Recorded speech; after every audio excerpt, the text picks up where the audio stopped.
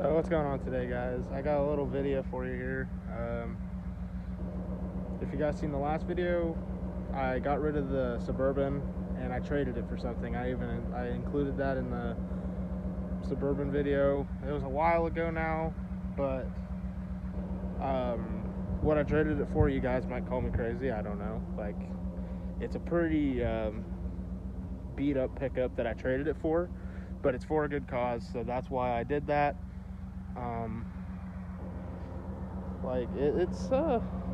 It's pretty rough, and you guys will see that. I'll go into depth with it a little more of like its damage and stuff, but I'll also show you what I'm using it for. And then we gotta go across town here, and I'll show you the vehicle, the whole project, like the whole project. This is just a donor vehicle, so yeah, without further ado, here it is.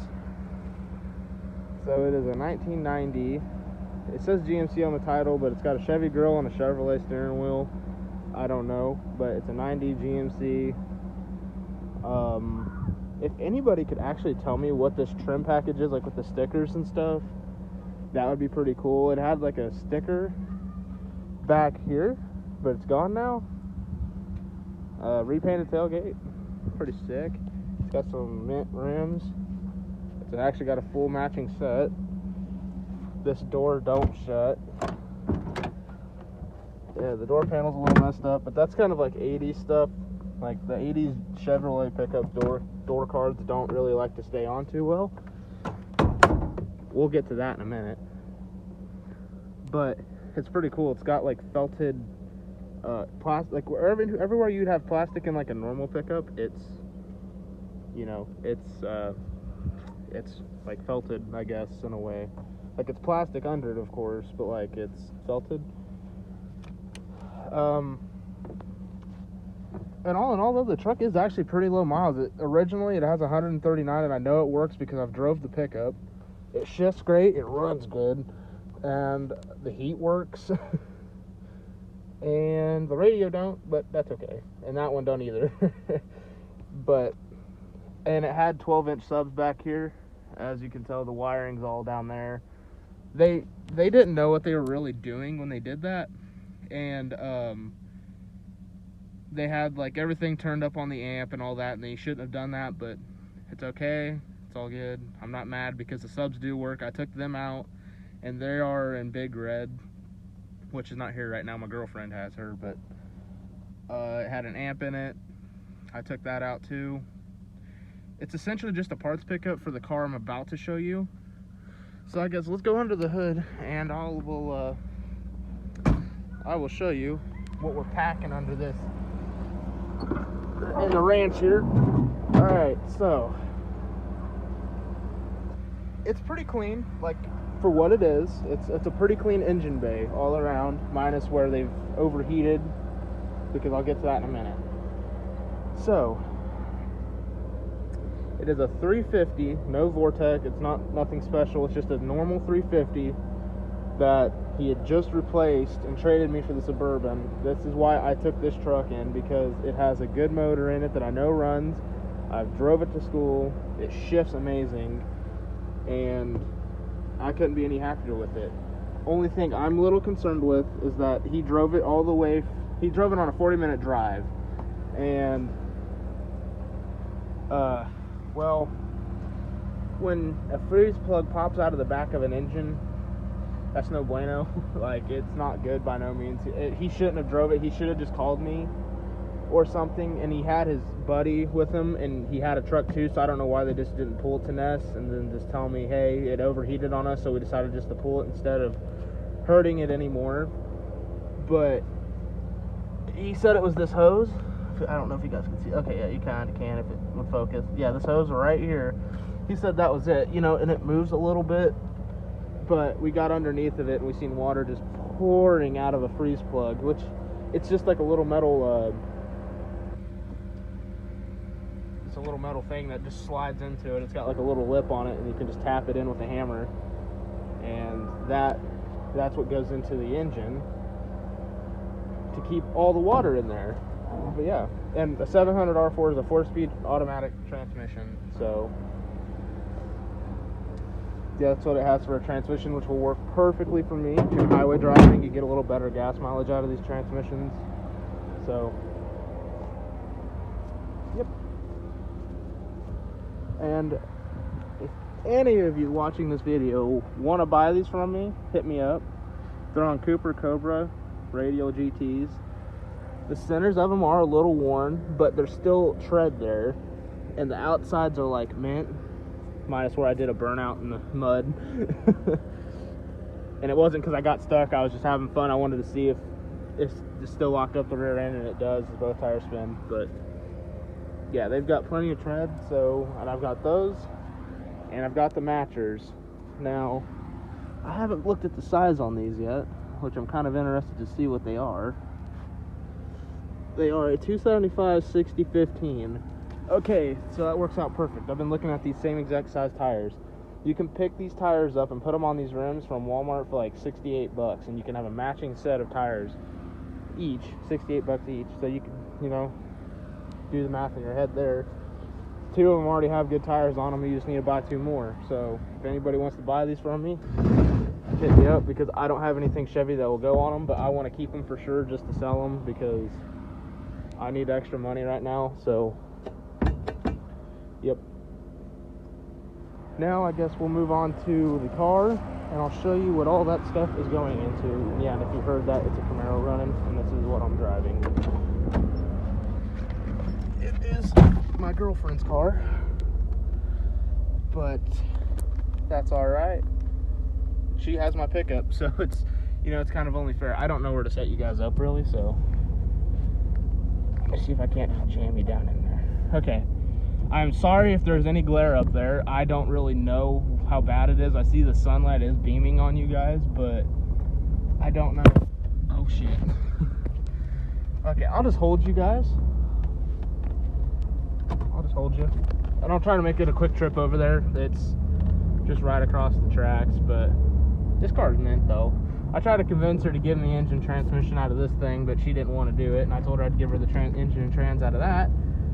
She said she didn't want it, but hers is also an original Z28, and it is a Vortec engine, so I can understand why. And also I didn't really feel like tearing her car apart too, so because I have a tendency to tear things apart and not put them back together. So yeah. But I mean, for it having 192,000 miles, this thing runs great, shifts smooth, and it's really surprising. So because I'm a Ford person, and I've always heard that higher mile engines on a Chevy, really it's either a transmission or an engine that goes out. But I'm honestly impressed with this car. It has changed my mind. That's why I got another Chevy. I didn't really want to get a Ford. I wanted to try the Chevy truck life out for a little bit, and that's why I got that. And then I found out it overheats, so that's why I'm not driving that pickup. And I'm just going to put this, and once I pull the engine out of it, I can fix the freeze plug, so that's no big deal to me. I can fix that, no problem. It's a simple, easy fix, because once it's out of the truck, it's not such a struggle anymore. So yeah.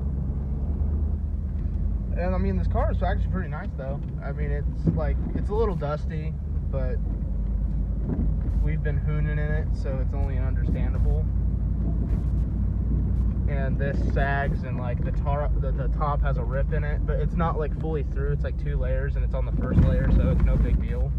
It does seep through if it rains a lot, but she just put the towel down on her seat and then calls it a night. So I mean, the car does have its issues, but it's a great car. It honestly is. I love driving it. It's smooth, and it's a nice little car to have around, just to go bob around town in. And it turns heads sometimes for some certain people, obviously, but yeah. There's no room back there though, but that's any car. I think any 2-door car. Alright, so now we're rolling up on this, and there it is, that little blob right there. So this is my project car that all that beautiness is going to go into. It is, I believe, 86, it says on the title, so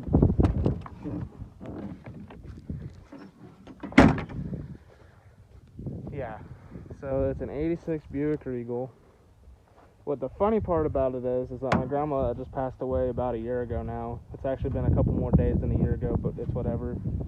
She had the Buick Regal, and this is my other grandma's car. So this like brown nose clip came off of my other grandma's car that just recently passed, and well, not recently, like a year ago, like I said.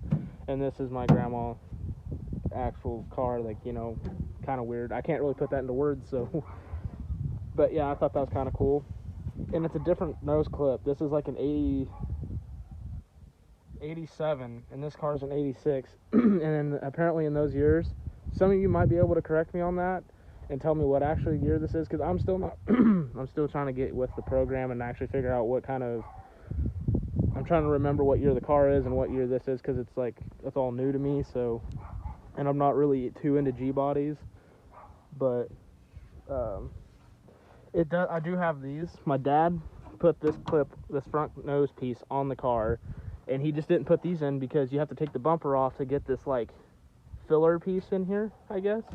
So that will be done, and I need a new one for the back too, because they do have them on the back.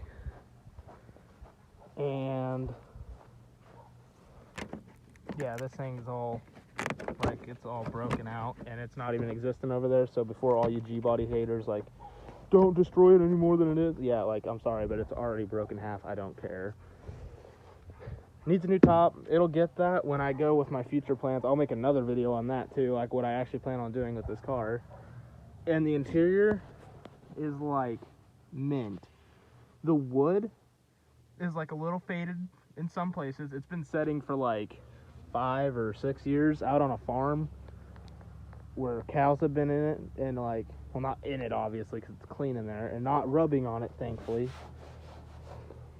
One of my dumb family members, he put it in which is the guy that owns this land now. It's my great grandma's old land, but he owns it now. He put this in a pasture with cows, and I don't know if any of you know this or not, but cows like to rub on things, like trees or cars. Whatever you throw at them and it's an object that won't move and they can rub against it, they will rub against it. So yeah.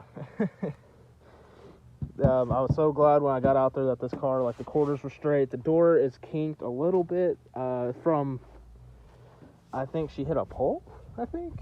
If I remember right, I think that's what happened there. I don't know.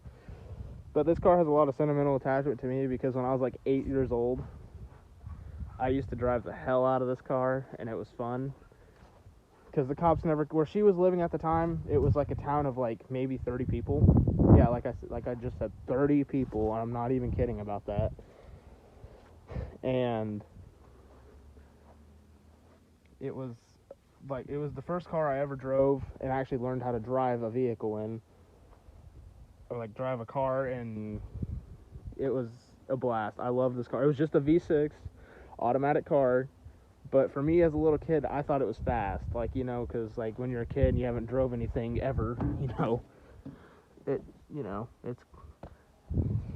needs work. I'm not going to lie about that. It needs work, but it's got sentimental attachment to me, and I will never let this car go. If any of you ever try to offer me a price of even like $1 million, I probably wouldn't even take it because of the attachment I have to it. But I'm also not just going to be that guy that's like, yeah, I'm going to fix it up and just let it sit in my yard either, because I'm tired of seeing it set already, so I want to get it done. I at least want to get it running and driving, so when I leave to go do my stuff after I graduate this year, I can actually do that. Like I want to get the car running and driving, so when I leave it, it's not just setting, and I can go do my thing, and my dad, if he wants to drive the car, just to like warm it up and just get it out and about instead of letting it set and getting tires bad. Because, I don't even know if you can see that in there. Well, yeah, like these tires are brand new. You can see that. The tires are like brand new, they're flat, and they're junk already. They're dry rotted. I'm not using these. And I already messed up one tire when we were loading it up on the trailer, so, yeah. Like, this one's still holding a little air, but it's not like I'm going to use them. And if I do use them, I'll just burn them off, so. But this tire, it's like, I think I de-beaded it. I think I de-beaded a little bit up there. Like, it's just off the bead a little bit. I don't know, though. But yeah, the tires are junk, and The same tires that are on the rear of that pickup are the same tires I'm putting all the way around on this car, because I know that they handle horsepower really decent for like 200 horsepower cars, like, you know, like 300 horsepower. They handle okay with those tires. And I don't expect a stock 350 by no means to be anywhere in the 300 range, because it takes like cams and all that stuff. But this is a future LS build or a Coyote swap build, just to, you know, make all that GM haters or GM guys mad. But that's obviously way down the line. That's not anytime soon. I'm like, that's the engine tranny that are going in it. And then if I ever get the money to do the swap, you bet your sweet bippy I'm doing it. So, and it will be a stick car. I'm still looking and trying to figure out clutch assembly stuff for this car, because I want to do that so bad. But I gotta find out how other dudes are running their God, I lost train of thought there. Running their clutch assemblies, my bad. As y'all can tell, it's a decently clean car under here. Like, you know, it's got its rust, it's got its issues, but it's not like... It's not too terrible bad. Like, the worst of it's the rust down there in the corner, or the rock, or in the quarter panel, right there, and there. In which that's the only side it's on, really, so not too worried, not really that big a deal. I'll get her right someday, but for now, guys, that's it. I know it's a lot of jabbering, and, you know, I might have been stupid for getting rid of the Suburban, but it's for a good cause, as you guys can tell. And yeah, I hope you guys stick with me on this journey, because it's only getting better. Here pretty soon I'll be swapping the motor in it, so stick around and you guys can see some cool content on it. In the next video, you guys will see me talking about the car, of my future plans with it once it's LS swapped and all that, and I actually decide to take it to the next step and get it repainted and all that. So that's it for now, guys. I hope you guys enjoyed. Sorry for the long video, but until next time, peace.